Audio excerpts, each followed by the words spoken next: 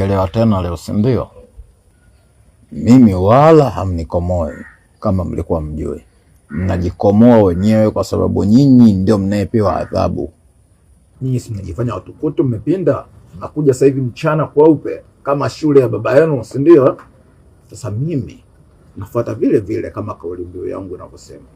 Mwanafunzi ambaye hana nidhamu asikilizi mwalimu wake anasema nini. Bakola na adhabu zingine ndio msingi wa hili jambo. Shikeni hapo. Hivyo mwalimu anatuchukuliaje wewe? Unajua tumekuvumilia, tumekuchoka eh? Aliyokwambia si tunachapa hapa shuleni nani? Nengeneka kitakulamba. Wewe unaniambiaje mimi hivyo?